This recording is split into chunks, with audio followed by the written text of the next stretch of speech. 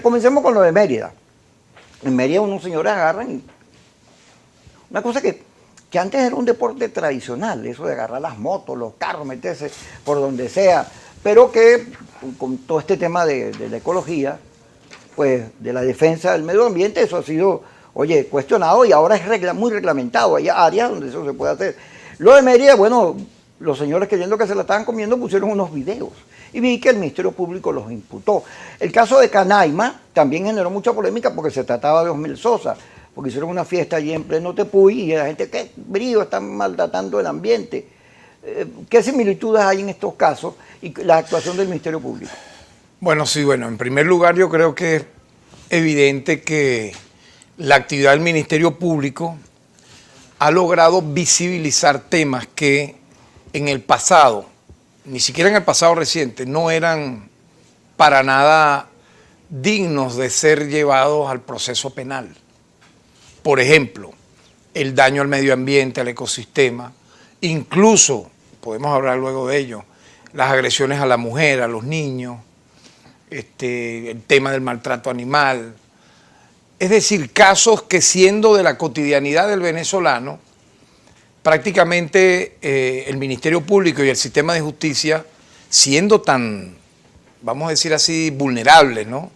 Estamos hablando de niños, niñas, adolescentes, mujeres, medio ambiente, que es derecho humano, por cierto. Una cosa importante dentro de nuestra Constitución, tú que hablabas ahorita del proceso constituyente, es que el tema ambiental pasa a ser uno de los capítulos dentro del título de Derechos Humanos de nuestra Constitución.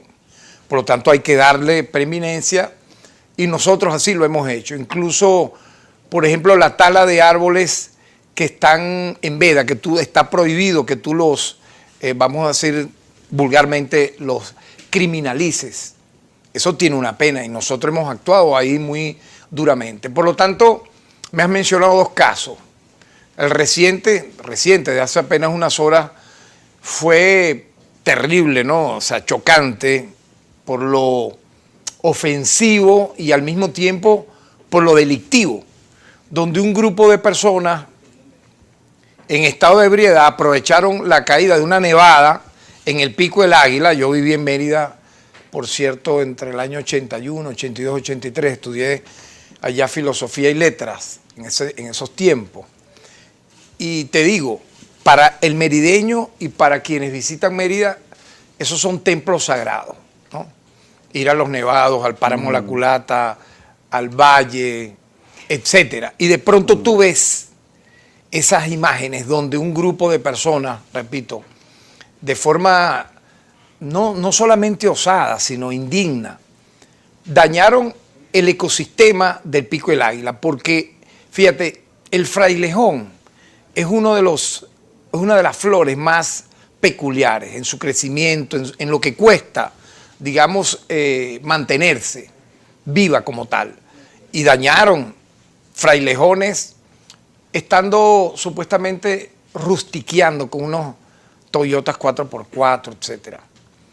Pienso que la actuación rápida del Ministerio Público, como en este y como en muchísimos otros casos, porque nosotros mantenemos una sala situacional, yo quiero... Que le hace seguimiento a... En todo el país, una sala situacional para recibir denuncias en tiempo real en todas nuestras fiscalías superiores. Por eso es que muchas veces la gente se sorprende de lo rápido en el cual actúa el Ministerio Público, más allá de que las denuncias puedan estar en redes sociales.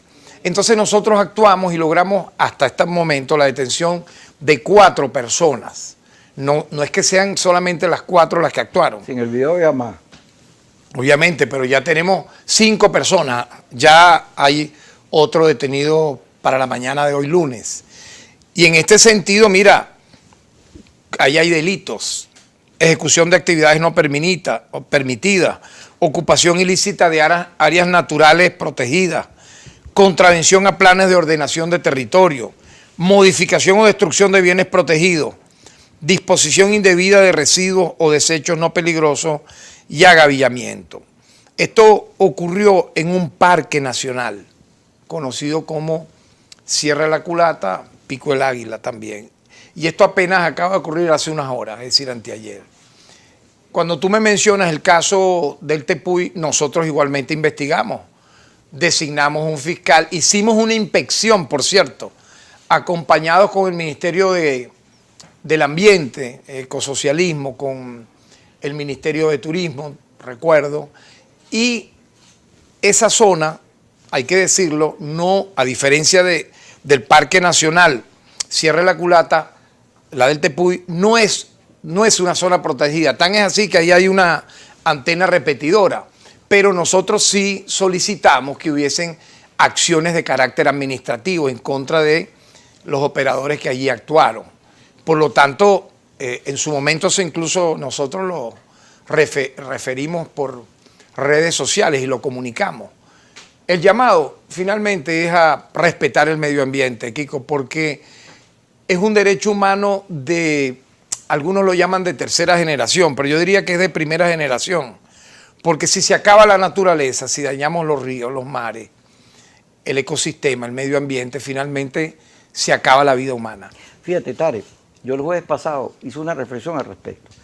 Dije, si no respetamos la biodiversidad, animalitos, plantas, ambiente, pues el mundo corre el riesgo de extinguirse. Así es. Los científicos hablan del 2030 en adelante entramos en una etapa crítica. Pero además los científicos dicen que todo ese maltrato al ambiente genera malestar que producen cosas como la pandemia o la guerra de Ucrania.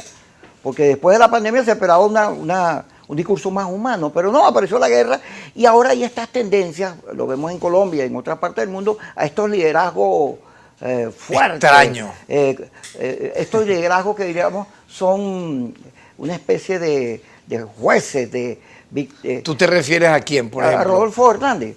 Pero fíjate, ahí yo tengo me refiero a que aparecen estos discursos autoritarios. En tu época y en la mía, la guerra de Ucrania hubiera generado manifestaciones de un centro más o menos raro, porque él habla de legalizar la marihuana, el aborto, etcétera, consignas que son del progresismo, pero es un hombre que ama a Hitler, quiere que las mujeres se vayan para su casa, y tiene un discurso muy duro contra la política. Sí, bueno, ese discurso, las encuestas parecieran decir que en Venezuela hay parte de eso, la gente tiende a rechazar la política porque cree que los políticos no le responden, no son honestos. Mire, yo creo que el caso colombiano es un caso lamentablemente atípico en el hemisferio occidental y de los pocos en el mundo en donde generación tras generación de jóvenes rebeldes colombianos, incluyendo al menos unos 4 candidatos presidenciales, empezando por Gaitán, culminando con Galán, en medio de todo ello, asesinatos y exterminios de varias generaciones de líderes insurgentes, de gente progresista en esa nación, fue literalmente masacrada. Estamos hablando de dirigentes campesinos, luchadores sociales, alcaldes, gobernadores. Me tocó en una época visitar mucho a Colombia, en mi condición de poeta, los festivales de Medellín y de Bogotá, y por pertenecer al grupo parlamentario de amistad Venezuela-Colombia, cuando me tocó ser parlamentario en el año 2000, al 2004, luego me tocó asumir la gobernación de Anzoátegui. Y en esa época, de verdad, visité mucho a ese país, creo conocerlo de cerca. Conocí muchos de sus actores políticos, hoy protagonistas, ¿no? Entre ellos a Gustavo Petro, primero como diputado, luego como senador, luego como alcalde de Bogotá. Me tocó entrevistarme con él. Y también con sectores del llamado uribismo, quien fue presidente del Senado, conocía en giras con Hugo Chávez, por ejemplo, y estuve en entrevistas, en reuniones que Chávez estuvo con Pastrana, con el propio Uribe, bueno, con Samper, que fue presidente de UNASUR, también nos hemos reunido varias veces. Y te puedo decir que esa atipicidad en donde la violencia, el terrorismo de Estado instalado en esa nación, prácticamente ha hecho eso que tú acabas de describir como inusual. Una persona que lo que hace es proferir disparates, ¿no? Propios de alguien que está trastornado mentalmente, o sea, sus ataques a las mujeres, sus ataques a las personas que tienen opiniones diferentes, las golpea, incluso las llega a golpear físicamente. Una persona que tiene no menos de más de un centenar, creo, de denuncias por presuntos hechos de corrupción, que está incluso judicializado por ello. Pero está primero en todos los demás países la izquierda salió ganando No. Es que en todas ganaron de primero. Y después ganaron. Escucha, pero mi percepción es la que te digo. Se hace o se hizo de esa forma. Porque mira, si tú ganas en una primera vuelta, ya tú ganaste.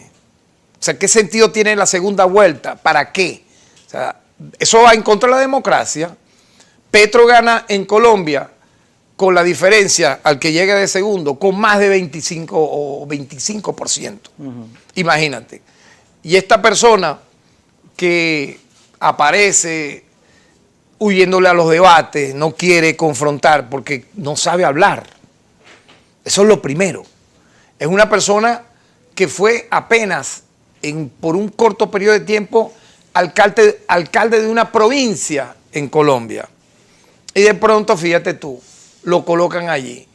Yo estoy seguro que él forma parte de alguna manera del uribismo. Pero él es un candidato antisistema, al igual que Petro. No creo. Los dos son candidatos contra Uribe y contra Duque. No creo, de verdad no lo creo, porque hay declaraciones de, ahora Uribe está apoyando de Rodolfo Hernández diciendo que él aprecia mucho a Uribe y que es su gran hermano. Eso está ahí. Pero a Duque le ha dicho hasta, le dio por la Pero claro, porque ya Duque ni siquiera Uribe dice medio de él. O sea, por Dios, lo llamaban el subpresidente Duque, porque siendo el presidente electo, Uribe dijo que el presidente era él, Uribe. O sea, imagínate, una persona errática, su política sobre Venezuela, él hizo su política interna, cabalgando sobre los temas venezolanos, y ahí está. Quedó totalmente destruido con un índice de rechazo, de antipopularidad, que casi llega unánimemente al 100%. Padre, ese fenómeno de rechazo a la política que produce estos fenómenos que se están dando en el mundo, porque estos señores que dicen o estás conmigo o están contra mí, si no estás conmigo eres mi enemigo, que son intolerantes frente al discurso de los demás, han ido apareciendo porque los políticos en democracia se han ido gastando por la ineficacia de la gestión pública. La gente se siente rechazada, no incluida. Pero dime un símbolo, un paradigma de la antipolítica. Este señor no lo es. Esta persona... Antipolítica. No, ¿qué antipolítica va a ser una persona que hasta ahorita nadie lo conocía y que es un hecho mediático?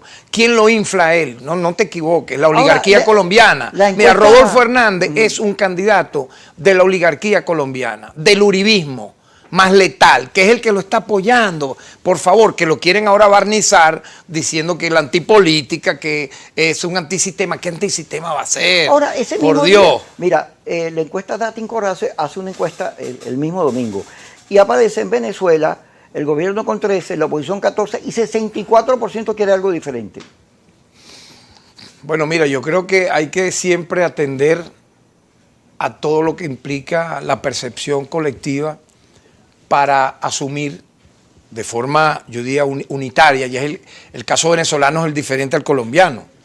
O sea, la única época, y yo creo que tú la viviste indirectamente al igual que yo, donde pudimos parecernos a Colombia fue la época de la lucha contra insurgencia durante los gobiernos de Betancur, León y Caldera, y principios de los 70, donde se exterminó a una generación. Vamos a estar claros. El dirigente político de mayor trascendencia histórica que hubo a finales de los 50 y principios de los 60 se llamó Fabricio Ojeda. Y él iba hacia el camino democrático luego de una gran reflexión dentro de las filas del Partido Comunista y cuando funda el PRD junto con Douglas Bravo y Francisco Prada, que fueron grandes hermanos nuestros, con los cuales milité en mi juventud primera. Y fíjate, lo asesinaron, lo ahorcaron en una celda del Servicio de Inteligencia de las Fuerzas Armadas, hoy conocido, posteriormente llamado DIN, hoy dije SIN, o sea, el CIFA, enfrente al Palacio de Miraflores. Y quisieron decir que él se había suicidado, un hombre que estaba en el esplendor de su, vamos a decir, de su carrera brillante como político, con apenas 38 años, había escrito 2 libros. El diputado más votado de Venezuela en el año 58, cuando gana Betancur, fue Fabricio Ojeda. Y bueno, y una generación de mártires que donde destacan nombres como el de Jorge Rodríguez Padre, el de Américo Silva, el de Argimiro Gabaldón, el de Livia Gubernier, dirigentes estudiantiles todos masacrados, para no hablar de las masacres de Yumare, Cantaura, El Amparo, mira, de centenares de muertos. Entonces esa época, y es lo que yo digo como fortuna del proceso constituyente venezolano, prácticamente se acaba y comienza una nueva era, con los errores que tú quieras, con los defectos que tú quieras, pero con participación, con debate. Y bueno, lamentablemente han habido hechos desagradables, el golpe de Estado del 11 de abril, el intento de asesinato con drones recientemente en 2018 y todo lo demás que podemos conversar. Vamos a hablar ahorita, pero déjame ir al corte porque si no la señora... Pero es lo peor, eso es lo peor. Bueno, ¿y tu perro cómo se llama? Mi perro... Tú dijiste que este hombre era... Más quiero a mi perro. La verdad es que me gustan los gatos. Vamos a seguir, vamos a hablar de esto que tocaste, que es un tema que obligado a... Tú eres defensor de los animales, igual que yo. No, me encantan los animalitos. Además, yo creo en la defensa de la biodiversidad. Claro, buscan finalmente, como te dije, estigmatizar un Estado. Hay los casos de los presos políticos. Cada vez que hay una negociación sueltan a alguien. Ahorita vino la OIT y soltaron. Pero no deberíamos manejarnos. Ahorita que el país se está moviendo, esta situación económica, que salimos de la confrontación esta reciente que creó y generó múltiples organismos, el mantra, todo que salimos de eso, de Trump, no hay como la necesidad de producir en Venezuela un clima de discusión, de debate, donde no haya delitos de opinión pública. Fíjate, hay una señora que sale haciendo un chiste con una arepa y agarra, bueno, aparece en un documento, un video del Ministerio Público pidiendo disculpas, pero hubo unos señores en una manifestación en La Guaira que pusieron una pancarta de ese tipo y los meten presos. No hay como demasiada sensibilidad, ni siquiera se entiende que eso es humor. Mira, yo te voy a responder literalmente todas tus preguntas, incluso las que pudieran ser encubiertamente más inocentes, que no las son. Ok, porque es parte de nuestra personalidad, no voy a rehuir el debate. Es periodismo. Y que te agradezco que nos permita, porque eso abre un debate. Por ejemplo, fíjate, la apología al magnicidio, cuando tú incitas públicamente al asesinato de una persona, eso no es un delito. Para mí lo es. Un joven en Estados Unidos de América, en su momento creo que cuando escribió en Twitter, muerte a Obama, si mal no me equivoco, era menor de edad, a él lo condenaron y estuvo preso 2 años por haber escrito en Twitter esa frase. Entonces, en Venezuela sí es proclive instigar. Aquí hay bastantes detenidos. Te pregunto, aquí sí es proclive instigar al asesinato de autoridades. Pero en Estados Unidos se burlan de todo el mundo. Pero no se burla. Ale Baldwin vivía burlándose. Pero te estoy poniendo este caso y no estás tomando atención. Un joven que escribió muerte a Obama por Twitter estuvo 2 años en la cárcel, en las peores de las cárceles. Bueno, de hecho, la instigación por redes a actuar violentamente ocasionó al menos 6 muertos en el Congreso de la República de los Estados Unidos, y quien incitó a ello fue el propio Donald Trump. Entonces, fíjate, vamos a diferenciar. En el caso de Sanín, tú y yo lo conocimos. ¿Cómo no? Columnista, brillante, que utilizaba el humor, utilizaba más el sentido de la crítica política, pero... ¿Cómo es que se llamaba Sanín? Espérate. Tarre Mursi. ¿Ah? Alfredo Tarre Mursi. Alfredo Tarre Mursi. Fíjate tú, él escribió un artículo donde mencionó a Blanca Ibáñez. ¿Tú supiste lo que le hicieron? Oh, ¿no? Claro que sí, como literalmente lo torturaron. Él fue salvajemente golpeado, a pesar de ser una persona mayor de edad, por haber dicho eso. Hubo un astrólogo, y no estoy hablando de hace 50 años, Caldera. No estoy hablando de hace 90 años, recientemente en el gobierno de Caldera, ya finalizando la Cuarta República. Oye, bueno, pero él en su astrología, él decía que podía tal vez por una enfermedad, ni siquiera menciona directamente a Caldera o al presidente, pero insinuó que era él. Se lo llevó la DC preso y duró semanas. Nosotros abogamos por su libertad en su Yo momento. le hice una entrevista. ¿Me muy entiende? Entonces, por corta. favor, ¿de qué Pero estamos ven acá, hablando aquí? Pero Loren pero, está diciendo que en la tumba ahí lo torturaron. pero está bien, pero todos los casos que nosotros hemos conocido, y te mencioné algunos porque tú los mencionas con nombre y apellido, pero la lista es infinita de procesados, ¿no? Porque bueno, es una lista mucho más grande que los 7, 9, 10 que hemos mencionado acá. Lo importante es que haya justicia. Y Venezuela, y ahí yo lo he dicho, no tiene sentido que a Venezuela se le aplique una justicia transnacional, sea a través de la CPI o de cual fuese, por el tema de derechos humanos, cuando internamente el sistema de justicia venezolano está actuando, y está actuando de manera impecable en los tiempos que manda la ley, más allá de cualquier debilidad que puede tener cualquier sistema de justicia del mundo, para hacer justicia en contra de estos violadores.